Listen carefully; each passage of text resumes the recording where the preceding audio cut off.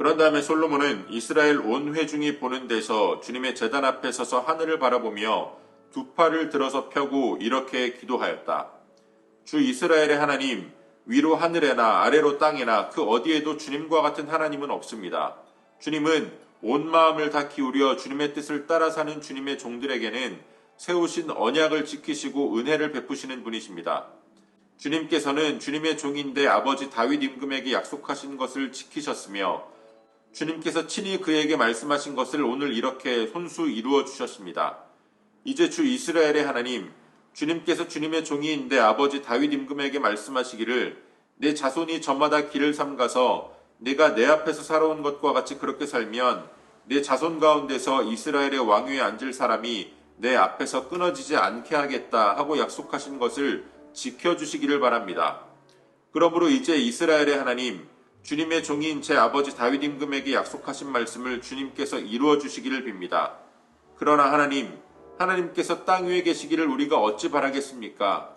저 하늘 위에 하늘이라도 주님을 모시기에 부족할 터인데 제가 지은 이 성전이야말로 더 말하여 무엇하겠습니까? 그러나 주나의 하나님, 주님의 종이 드리는 기도와 간구를 돌아보시며 오늘 주님의 종이 주님 앞에서 부르짖으며 드리는 이 기도를 들어주십시오.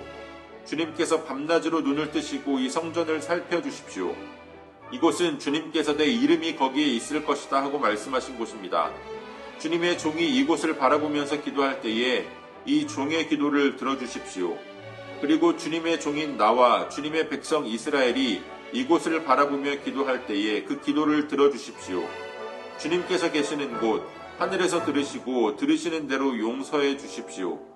사람이 이웃에게 죄를 짓고 맹세를 하게 되어 그가 이 성전 안에 있는 주님의 제단 앞에 나와서 맹세를 하거든 주님께서는 하늘에서 들으시고 주님의 종들을 심판하시되 악행을 저지른 사람은 죄가 있다고 판결하셔서 벌을 주시고 옳은 일은 한 사람은 죄가 없다고 판결하셔서 옳음을 밝혀주십시오.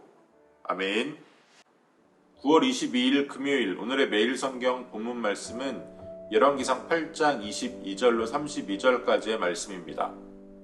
백성들을 향한 말을 마친 솔로몬이 이제 하나님 앞에 기도를 드립니다. 유일하신 하나님의 이름을 높이며 또 언약을 지키시는 하나님의 이름을 찬양합니다. 하나님께서 다윗에게 약속하신 바를 지키셔서 솔로몬의 손을 통해 성전을 지으신 것과 같이 또 다윗의 집안에 이스라엘의 왕위가 끊어지지 않으리라고 하신 약속을 지켜달라고 간구합니다.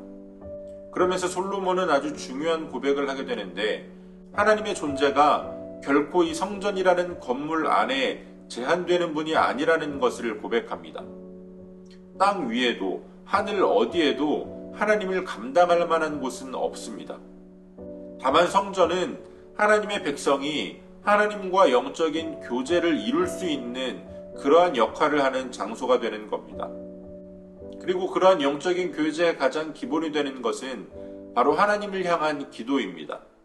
그래서 솔로몬은 하나님께서 백성들의 기도를 들어주시고 또 그 기도에 응답해 주시기를 간구합니다.